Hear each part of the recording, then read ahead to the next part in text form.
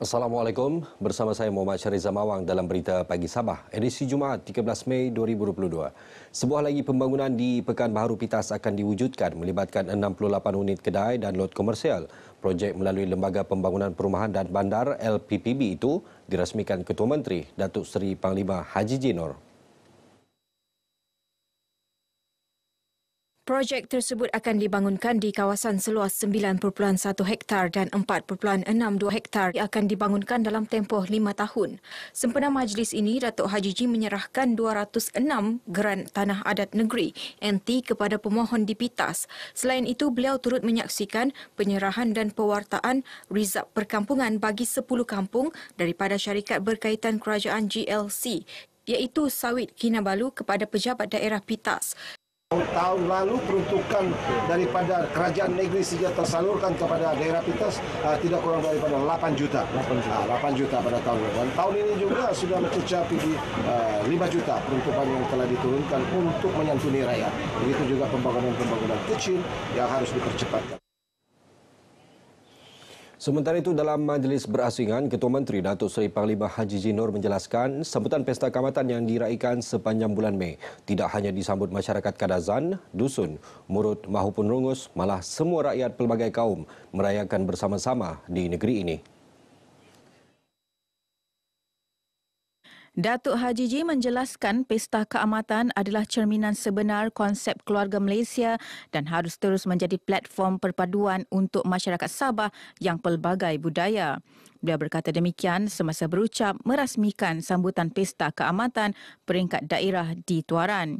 Menurut Datuk Haji J, konsep perpaduan juga termaktub di dalam Hala 7 Sabah Maju Jaya SMJ sebagai wadah pembangunan negeri yang akan dicapai pada masa akan datang. Justeru katanya dalam merealisasi hasrat tersebut, setiap wakil rakyat dan pemimpin setempat perlu sentiasa peka terhadap keperluan dan aspirasi rakyat. Beliau juga mahu pegawai daerah dan penjawat awam sentiasa proaktif dalam menjalankan tanggungjawab yang diamanahkan. Beralih perkembangan banjir di Sabah. Setakat malam tadi, jumlah penduduk dipindahkan di daerah Beaufort dan Tenom kekal 1,435 penduduk melibatkan 554 keluarga. Menurut kenyataan Jawatankuasa Pengurusan Bencana Negeri JPBN Sabah, seramai 1,083 penduduk daripada 459 keluarga berada di 11 PPS di Tenom. Dilaporkan sebanyak 22 kampung terjejas di daerah berkenaan akibat banjir yang melanda sejak Isnin lalu. Dalam pada itu, jalan terputus di kilometer 36.2 Jalan Tenom Kuala Tomani kini boleh dilalui selepas Jabatan Kerja Raya menyiapkan laluan lencongan. Sementara itu, di Beaufort terdapat sedikit peningkatan jumlah penduduk terjejas di PPS iaitu 352 penduduk daripada 95 keluarga berbanding 218 penduduk daripada 60 keluarga yang dilaporkan semalam. Beralih kepada perkembangan COVID-19, jumlah jangkitan baharu di Sabah semalam kekal dengan catatan pada Rabu iaitu 57 kes. 1 kes kematian dilaporkan di Sandakan. Menurut kenyataan Menteri Kerajaan Tempatan dan Perumahan Datuk Seri Panglima Masih Dimanjun, 10 daerah merekodkan penurunan jangkitan harian manakala 8 daerah mencatat pertambahan kes baharu.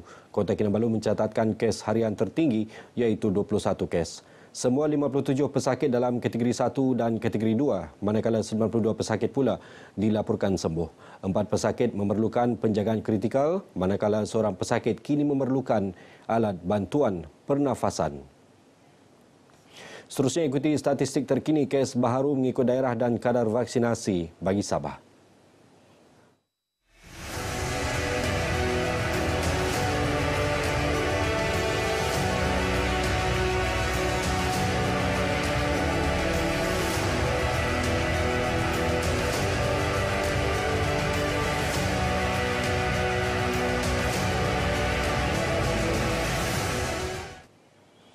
Seorang lelaki tempatan 40 tahun bakal berdepan hukuman mati mandatori jika disabit kesalahan setelah berjaya ditahan pihak polis bersama-sama kotak berisi dadah jenis metapetamin seberat 10.4 kg bernilai RM360,000. Suspek telah ditahan di kawasan perumahan Rugading Tuaran pada 8 Mei 2022. Timbalan Pesuruhjaya Polis Sabah, Datuk Jautih Dikun berkata, kejayaan tersebut adalah usaha Jabatan Siasatan Jenayah dan Narkotik, Ibu Pejabat Polis Kontingen Sabah. Kes disiasat di bawah Seksyen 39B Akta Dadah Berbahaya 1952, suspek yang turut positif dadah kini direman 7 hari.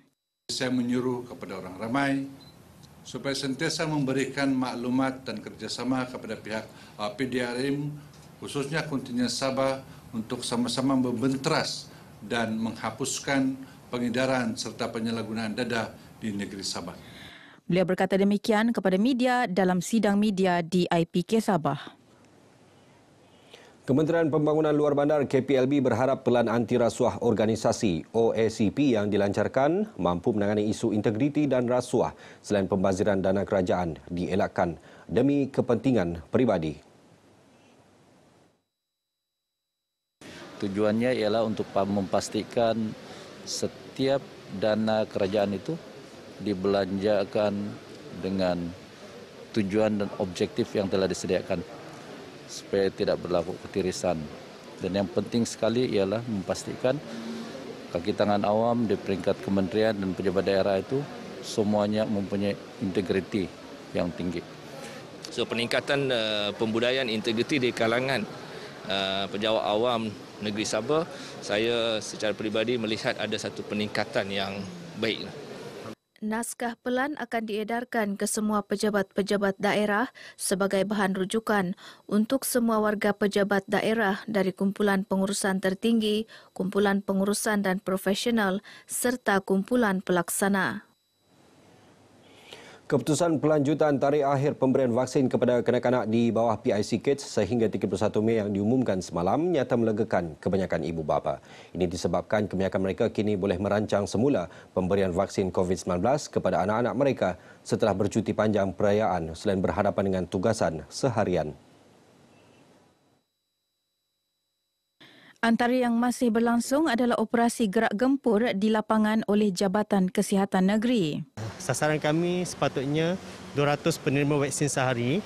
Oleh itu saya amat menyuruh kepada ibu bapa yang punya anak yang lahir sebelum 2017 dan belum mendapatkan dos pertama secara percuma, perlulah mengambil peluang. Hari ini saya ambil peluang untuk antara anak-anak saya. So untuk ibu bapa yang belum menghantar anak, cepat-cepatlah kamu datang. Saya hantar anak untuk buat suntikan, bah. Jadi hari ini ada peluang lah, ada peluang cepat-cepat bawalah.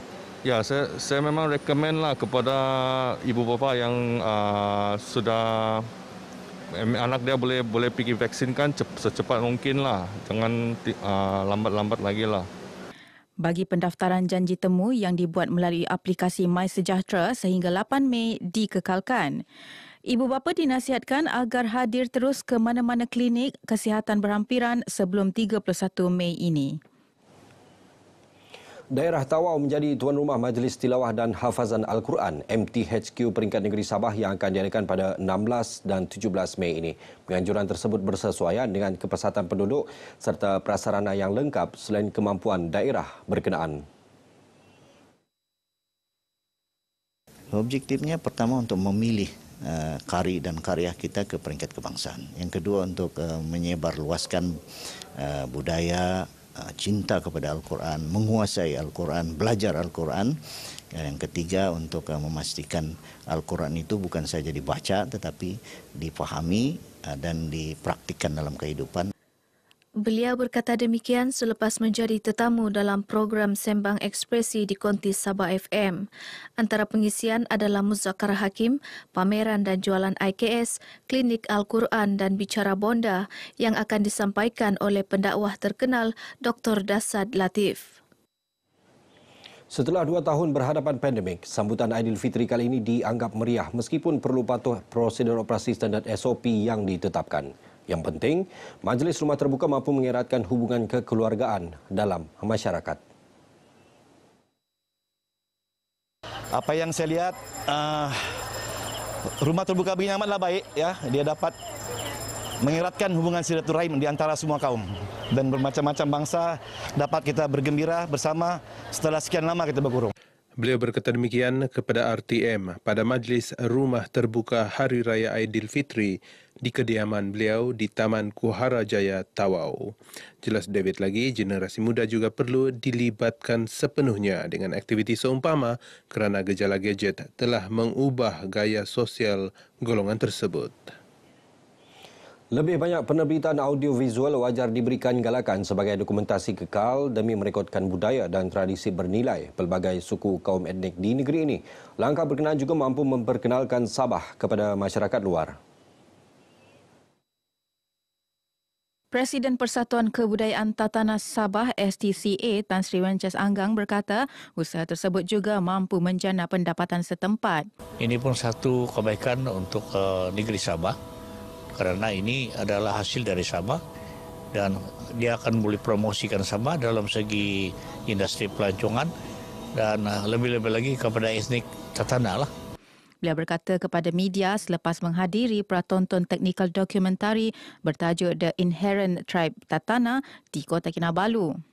Yang kami buat ini adalah untuk daripada kita dapat mengembangkan ataupun memberitahu dunia bahawa di Borneo ni ada lagi etnik-etnik yang masih banyak yang perlu kita ketengahkan untuk makluman orang di luar sana. Penghasilan dokumentari ini mengambil masa 2 tahun untuk disiapkan melibatkan 100 orang kru dan bakal dipertandingkan di filem festival di Busan dan Tokyo. Perkembangan dari Sabah berakhir di sini. Saya Muhammad Syariza Mawang. Assalamualaikum dan salam hormat.